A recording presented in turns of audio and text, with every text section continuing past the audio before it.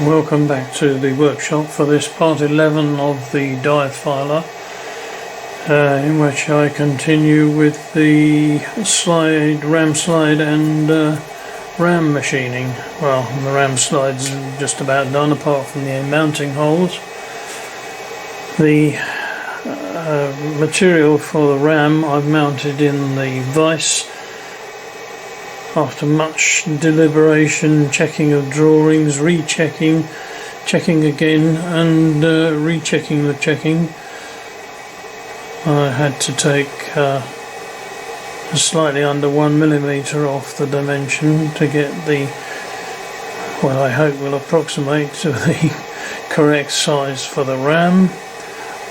I've now got it centered up on the very middle in both the X and Y directions. I am going to spot then drill through 5mm. You'll see why in a minute, and then move along and drill and tap for the hole which will hold a grub screw, which will in turn retain the file holder, which will come out, well, this end I think probably.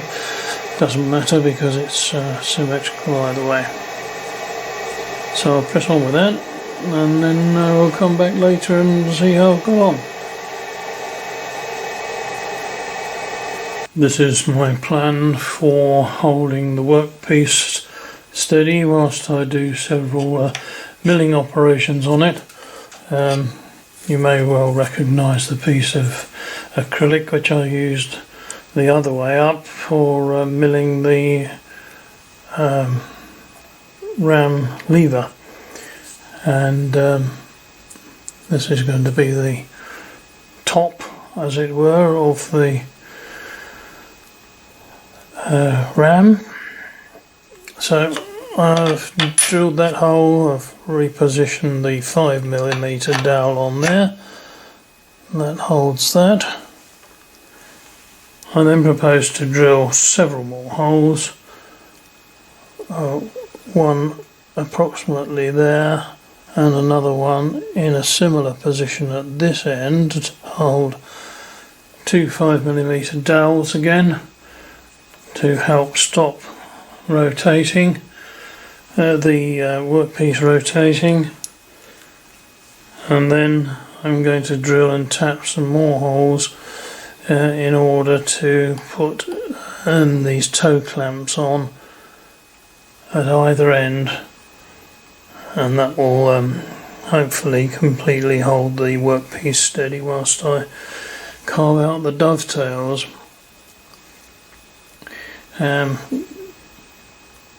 The first passing, or first cut I'm going to make is down either side to narrow it down to the width that goes between the narrower part of the dovetail.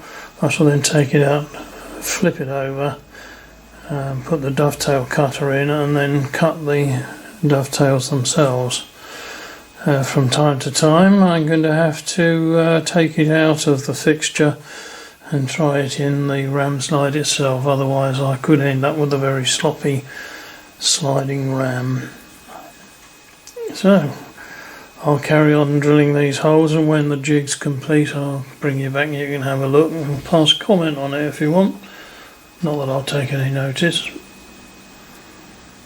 You rejoin me at the mill with, I hope, all the holes needed ready to mount this piece of metal for shaping. That's almost out of shot, so let's bring it up into view. That's a little better.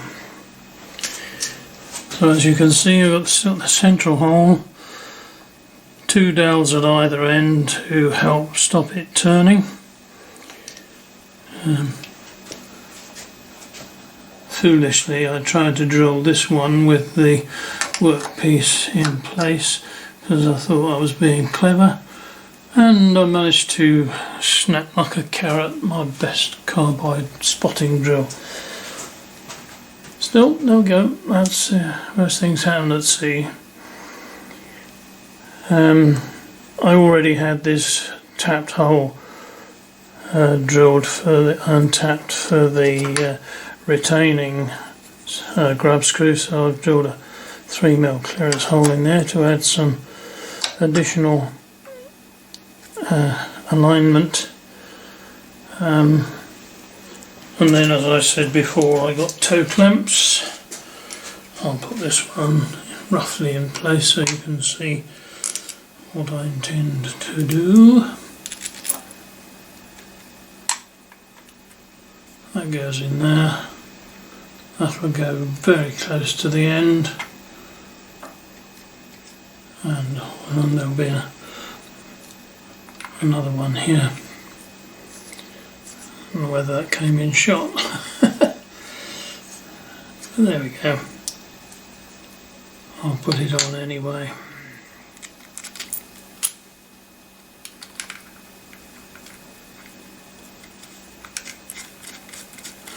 Screw into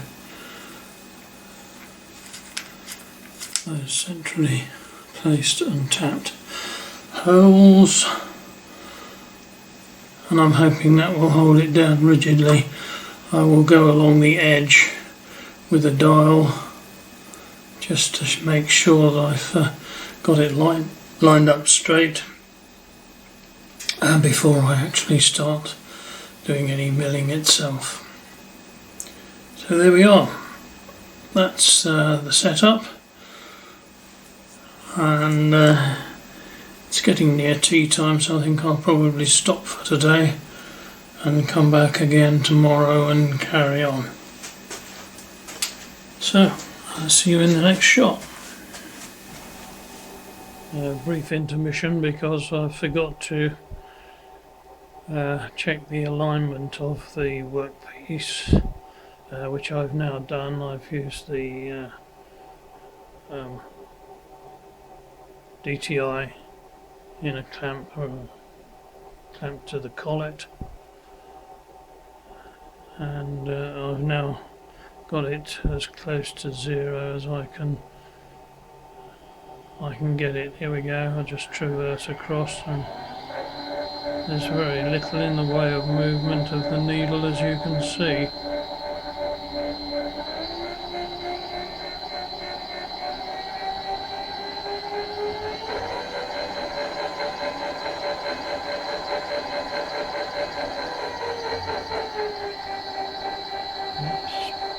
Barely 2 divisions.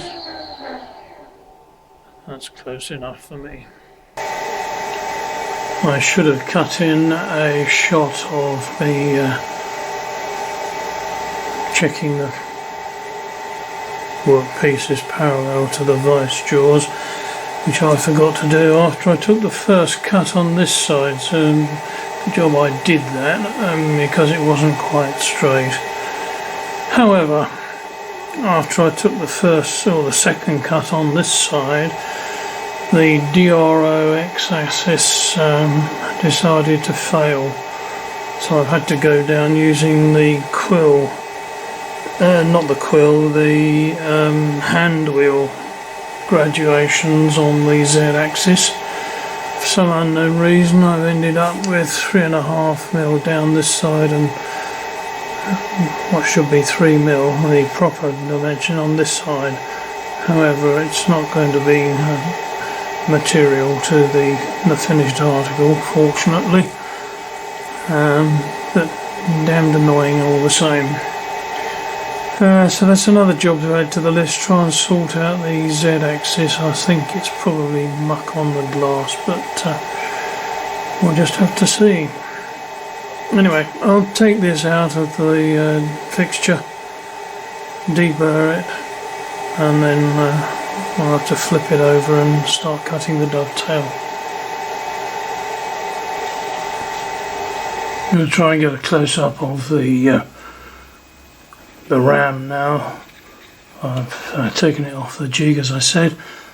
I took it over to the surface grinder and just licked up the surface on both sides so they're now parallel, and looking pretty.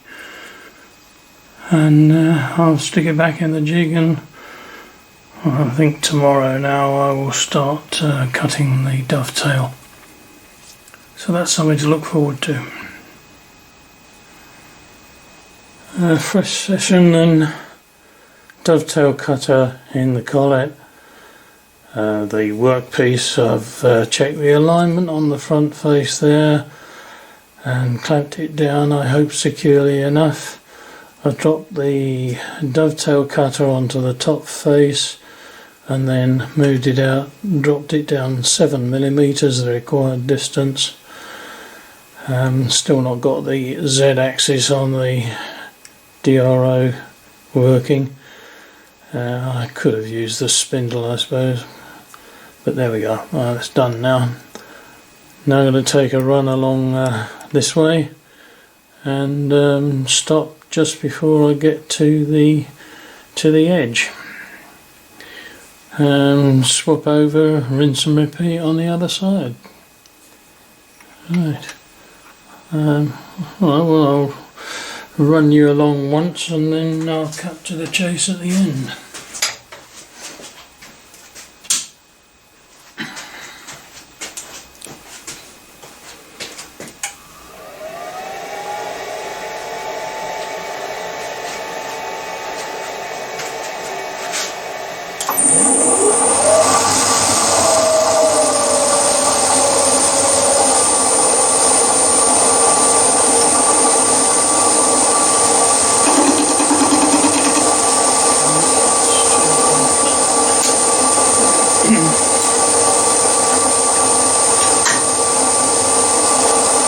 Power feed.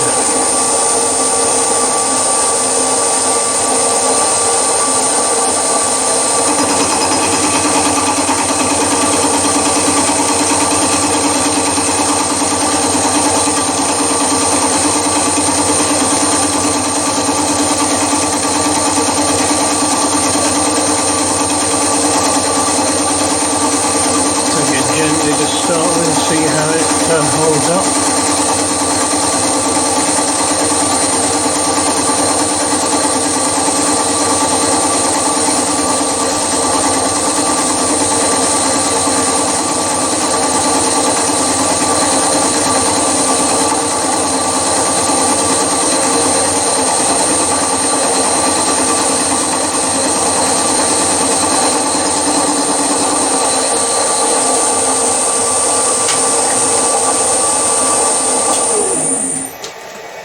Yeah, that went okay. I've lost my steel rule, so I can't do any measuring, but yeah, I think, well, we'll just have to see how it goes. Yeah, I'll carry on, bring you back when after I finish this side. And that's the dovetail cutting all finished. I'm not going to lie, I have given it a test fit. The slide, it didn't quite go on the first time, so I've checked the alignment of the workpiece with respect to the chuck jaws, made a little adjustment there, and I've been down and I've shaved a minute amount off each dovetail, and it now goes, I'm not going to take it out of the jig, but it now goes on and slides quite nicely with a bit of lubrication and the Gibbs strip adjusting screws in there. That'll be just nice. Whew. That was a fight, but I won. And well, I'll take this out of the jig now. When I flip it over, I think I'm going to have to oh no, it wouldn't have gone in otherwise, would it? No, that'll be alright. I mean, if it needs a little fettling, I'll do so with a file maybe. But otherwise that's just about finished, apart from drilling this centre hole out to tap it 8mm. Apart from that, and the usual filing off the sharp edges, that's done. There has been a break of more than 24 hours since the last shot due to the funeral of Her Majesty the Queen. That was essential viewing for me, but now I've been back in the workshop and well, I did it all off camera because I couldn't be bothered to film it all, and it's pretty repetitive stuff anyway. Drilled two 5mm holes in here for the locating dowels for the top plate. Drilled and tapped corresponding holes in the bottom to secure the slide to the base plate. This is an 8mm bolt temporarily screwed into the ram, which I've drilled I think down 20mm at 5mm, and then a further 10mm I think at 4mm, so that I can attach the file holder in the top. It's screwed down. I haven't tried putting the top on yet, and also in seeing how the motion works, I've decided to put some travel stops on the inside here to prevent overrunning the distance, which can be safely traversed by the ram slide, and I'll do that when I've stripped it all down. But at the moment all I've got to do is test fit the top. You can see that in the picture. There we are. Test fit the top on here, see whether the hole in the ram lines up with the hole in the top of the top plate, and make a bolt for a couple of spacers for the ram actuation. So let's see. Ooh, fingers crossed. Oh, blimey. Do you know what? That nearly lines up. Let me put my pointy thing in here. That's where the file will come out, which is, I'll zoom in and I can keep that in shot, not without jiggly wiggling the camera, so I won't do that. Instead, you can take my word from it that it's not far. It's about 5mm off centre, I suppose. I will open this out so that it's I don't know, I'll make it maybe square, rounded corners, who knows. And then it's a matter of screwing it together, doing a bit of final adjustments here and there. Then I've got to sort out a power supply. The one I had for the cylindrical grinding attachment is not suitable, so I'm going to have to try and adapt the one that is in the electronic lead screw box that powers the lathe tool grinder. However, that's probably for next time. I've got to turn up the file holder, but that's just a straightforward turning job. There'll be one for each file cross section. I'm only going to do a round one for the moment, and then if I need to, I'll come back and I'll broach others. It may involve turning the file in the lathe and then grinding down a 5mm length on the file. We'll see how it goes first. So I think that's probably it for this edition, and next time you come back it will, fingers crossed, be finished and working. So if you have been, thanks for watching, and I'll catch you for the next and last one in this series. Bye for now.